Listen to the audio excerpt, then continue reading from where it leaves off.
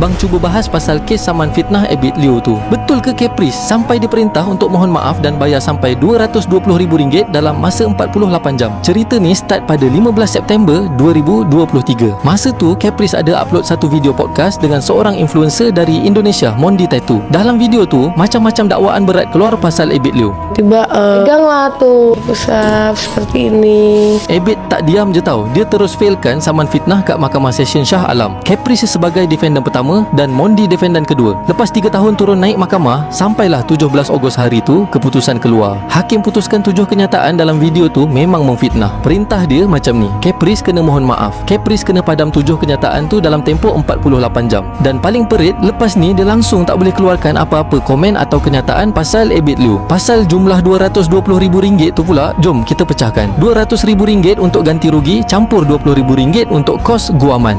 Sekarang ni bahagian yang viral tapi ramai salah faham. Duit RM220,000 tu bukan kena bayar dalam masa 48 jam. Yang 48 jam tu cuma untuk mohon maaf dengan padam video. Untuk duit tu pula, hakim bagi penangguhan sementara selama 7 hari. Tujuannya nak bagi ruang kat Caprice failkan permohonan rasmi supaya bayaran tu ditangguhkan dulu sementara dia bawa kes ni ke Mahkamah Tinggi. Dan memang dia rayu pun. Hari tu juga Caprice upload video. Ayat dia, kami kalah di Mahkamah Session Shah Alam 2-0. Kenapa 2-0? Sebab dalam kes yang sama, Caprice ada buat tuntutan balas pasal dakwaan dia menepis tangan Abid masa kat Mesir dulu. Tapi mahkamah tolak mentah-mentah sebab tak berasas. So dua-dua kalah. Mondi pula sebenarnya dah kalah lagi awal. Bulan Januari tahun lepas, mahkamah dah perintahkan dia bayar RM20,000 kat Abid. Betul lah orang kata, telajak perahu boleh diundur, telajak kata buruk padahnya. Satu podcast, 7 ayat, 3 tahun berkurung kat mahkamah dan RM100,000 melayang macam tu je. Jadi korang rasa macam mana? Ada tak yang tengok podcast Caprice dengan influencer dari Indonesia, Mondi Tattoo tu? Cuba komen.